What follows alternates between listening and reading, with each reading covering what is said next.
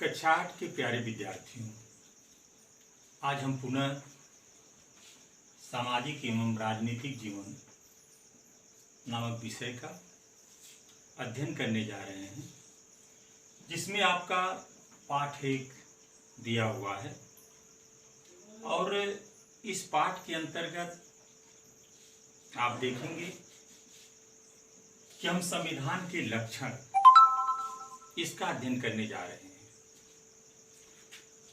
बच्चों, संविधान के लक्षण का मतलब वो कौन कौन से बिंदु हैं जिसको देखने के बाद हम कह सकते हैं कि ये हमारा भारतीय संविधान है, जिसमें आप कई बिंदु देख सकते हैं। मौलिक अधिकार, संघवाद, शक्तियों का बंटवारा, संसदीय शासन व्यवस्था और है हमारा धर्मनिरपेक्षता। तो ये तमाम बिंदु के आधार पर संविधान के लक्षण को हम निर्धारित करते हैं। अब बच्चों, आप पहला बिंदु देख रहे हैं, मौलिक अधिकार। हम मौलिक अधिकार के विषय में आपके समक्ष अपनी बात रखने जा रहे हैं। बच्चों, ये मौलिक अधिकार होता क्या है? मौलिक अधिकार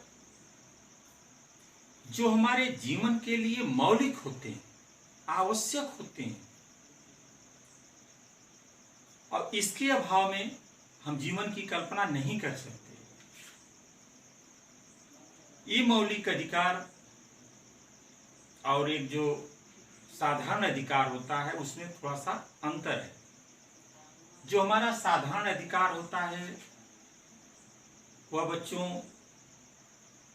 कानून बना करके अपने नागरिकों को सरकारें प्रदान करती हैं, लेकिन ये जो मौलिक अधिकार है वह संविधान द्वारा प्रदान किया गया है और उस संविधान द्वारा दिए गए हमारे मौलिक अधिकार को कोई हमसे छीन नहीं सकता।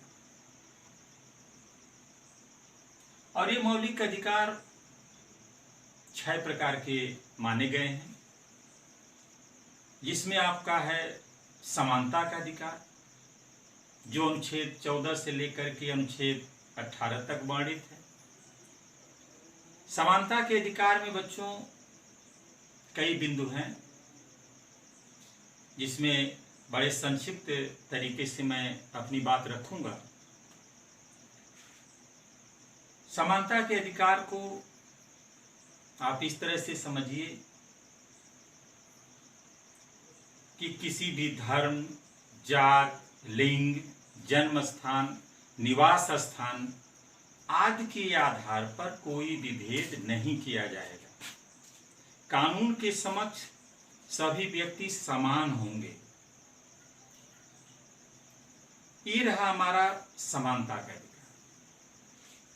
इसके बाद आता है बच्चों स्वतंत्रता का अधिकार, जो अनुच्छेद 19 से लेकर के अनुच्छेद 22 तक दिया गया है। फिर आता है बच्चों शोषण के विरुद्ध अधिकार, जो अनुच्छेद 23 और 24 में वर्णित है।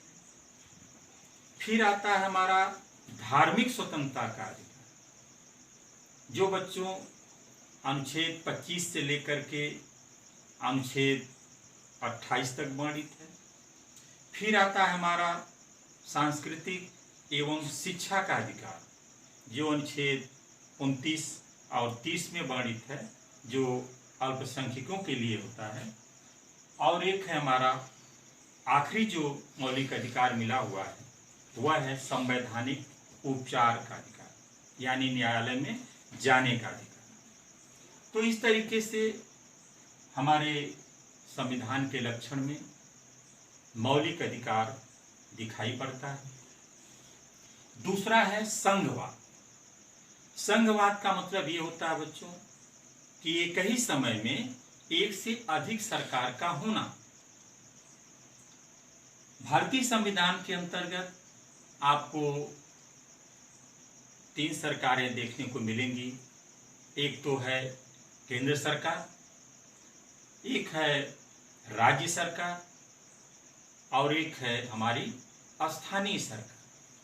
तो इस तरीके से संघवाद में आपको कई स्तर की सरकारें देखने को मिलती है। ये भी हमारा संविधान का एक लक्षण है। तीसरा बिंदु है शक्तियों का बंटवारा। बच्चों, जो सत्ता होती है, सत्ता के अंदर जो शक्तियां होती हैं, जो पावर होता है, वह किसी एक व्यक्ति में केंद्रित नहीं की गई। ये हमारे संविधान की खूबसूरती है कि हमने शक्तियों का बंटवारा कर दिया है। शासन को 3 भागों में बांट दिया गया, कार्यपालिका, व्यवस्थापिका और न्यायपालिका। व्यवस्थापिका के जिम्मे दिया गया बच्चों कानून का निर्माण करना। कार्यपालिका हमारी जो है वह कानून को लागू करती है और न्यायपालिका हमारी जो है वो कानून का पालन कराती है और वह यह देखती है कि संविधान के अनुरूप कानून बने हैं या कानून नहीं बने हैं। और अगर संविधान के अनुरूप व्यवस्थापिका कानून नहीं बनाती है तो उस कानून को न्यायपालिका हमारी निरस्त कर देती है। इस तरीके से बच्चों ये जो शासन के तीनों अंग हैं वह एक दूसरे से स्वतंत्र हैं, लेकिन कोई भी अंग किसी के काम में हस्तक्षेप नहीं करता है और इस तरीके से शासन में संतुलन बना रहता है। इसके अलावा शक्तियों के बंटवारा में बच्चों केंद्र और राज्य सरकारों के जो विधायी अधिकार होते हैं वह सूचियों के माध्यम से वर्णित किए गए। जैसे हमारे केंद्र सूची में रेलवे है, बैंकिंग की व्यवस्था है, जो हमारा विदेशी व्यापार है, ये सारी चीजें बच्चों केंद्र सूची में रखी गई, जिस पर कानून बनाने का अधिकार सिर्फ केंद्र को होता है। दूसरा है राज्य सूची। अब इसके अंतर्गत बच्चों या इस विषय पर कानून बनाने की शक्ति बच्चों सिर्फ राज्य सरकार को होती है। जैसे आपका कृषि है, सिंचाई है, पुलिस व्यवस्था है, कानून की व्यवस्था करना हो तो इस विषय पर सिर्फ हमारी राज्य सरकार कानून बना सकती है और उसमें कहा गया है कि यह राज्य सूची के विषय है। फिर बच्चों एक आती है समवर्ती सूची। इस विषय पर बच्चों केंद्र और राज्य दोनों कानून बना सकती है, लेकिन अगर विरोध की स्थिति हो तो वहां पर केंद्र द्वारा बनाया गया कानून ही मान्य होता है। और समवर्ती सूची में बच्चों इसका उदाहरण जैसे आपका गोद लेना हुआ, शिक्षा हुआ, वन से संबंधित कोई विषय हुआ या फिर मजदूर संघ से संबंधित कोई विषय हो तो यह हमारे समवर्ती सूची के अंतर्गत दिया गया है। कहने का तात्पर्य यह है बच्चों, ये बड़ा ही महत्वपूर्ण शक्तियों का बंटवारा आपके संविधान के अंतर्गत मिलेगा कि शक्ति को किसी एक व्यक्ति में केंद्रित नहीं किया गया है। अब आते हैं बच्चों संसदीय शासन व्यवस्था। संसदीय शासन व्यवस्था क्या होती है? बच्चों हम अपना प्रतिनिधि चुनते हैं, हर व्यक्ति को वोट देने का अधिकार होता है और हमें यह भी अधिकार होता है कि अगर कोई हमारा प्रतिनिधि हमारी अपेक्षाओं पर खरा नहीं उतरे तो हम उसको हटा भी सकते हैं। और हमारे यहाँ सार्वभौमिक वयस्क मताधिकार प्रणाली का प्रयोग किया गया है। सार्वभौमिक का मतलब सभी को, वयस्क यानी हमारे संविधान में बताया गया है कि हमें अपने प्रतिनिधि चुनते समय जो हम वोट देते हैं उसके लिए 18 वर्ष के बाद ही हम वयस्क माने जाएंगे। तो इस तरीके से संसदीय शासन व्यवस्था के अंतर्गत बच्चों हम अपना प्रतिनिधि चुनते हैं जो हमारे प्रति जिम्मेदार होता है। ये तमाम बिंदु संसदीय शासन व्यवस्था के अंतर्गत हम पाते हैं। बच्चों, संविधान के लक्षण के अंतर्गत हमारा अंतिम बिंदु आता है धर्मनिरपेक्षता। धर्मनिरपेक्षता का मतलब ये होता है बच्चों कि भारत के अंदर किसी को राजधर्म स्वीकार नहीं किया गया है।